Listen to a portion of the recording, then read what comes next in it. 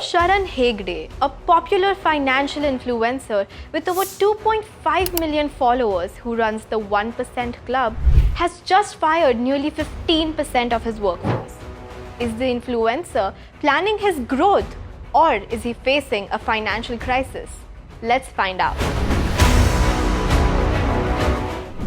The 1% Club is a financial education startup founded by Sharan Hegde and Raghav Gupta 2 years ago. They recently laid off 15% of its workforce. What makes this interesting is that there isn't just the layoffs, it's the story behind them. Let's break down what happened. The 1% Club made headlines when an anonymous former employee revealed this in an explosive Reddit post. The ex-employee slammed the finfluencer and his company for firing 15% of employees after they had moved cities for this job. But that's not all. This move comes right after Diwali and affected content, research and marketing departments. The ex-employee revealed in his post that after the layoffs, the company is running with an employee crunch with just 4 people in the events team and 2 in the marketing. They also have an upcoming big event next week on their hands. On top of that, since a majority of the creative department was laid off, very few employees remained to create content for its social media pages. He ends the post by saying this: "We joined a company that promised to teach financial literacy to others. Now we're wondering if they need those lessons themselves." This post soon went viral, with people pouring out their frustration with finfluencers and their money-making courses.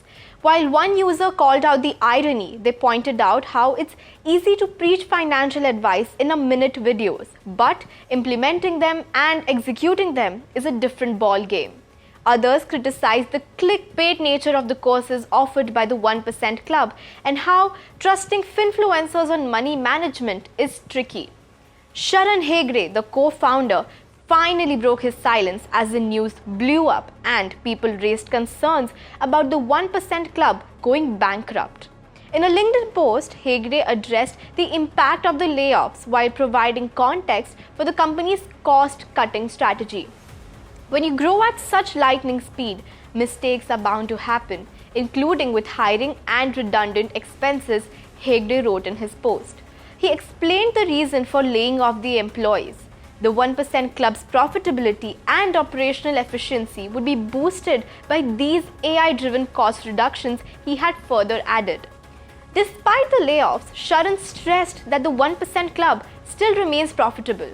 Currently, the company is generating an annual revenue of around $8 million with an EBITDA margin of 35 to 40%. The 1% Club has nearly 85,000 active paying customers, and its lifetime membership plan, which costs around 22,000 rupees, continues to be a popular offering. Additionally, the company has launched new financial products, some of which have already achieved profitability. Sharan states that the 1% Club has been able to grow so far entirely with its profits, without relying on the external funding beyond the rupees 10 crore they raised. In fact, he said that the investor money is sitting in an FD earning 8.5 interest while they continue to diversify their revenue streams. With all of this, in just 1 year, this company, which teaches financial responsibility, expanded from 12 to 197 employees. They also opened a premium office in Mumbai. But do these dots connect? While the company claims $8 million in annual revenue, 85,000 paying customers, and running the company solely on its profits, the question arises as to why the company had to lay off 15% of the employees, citing the company's cost-cutting strategy. All this comes at a time when SEBI tightened its norms against finfluencers in India to ensure accountability and preventing misleading financial advice. This raises some crucial questions. Should we expect financial influencers to be the gurus of financial management? What does it mean when a company teaching financial literacy struggles with its own growth planning? How do we evaluate the credibility of financial advice in the digital age? So, next time you're asked to pay rupees 22,000 for financial advice, you might wonder, Are they teaching you or are they still learning themselves?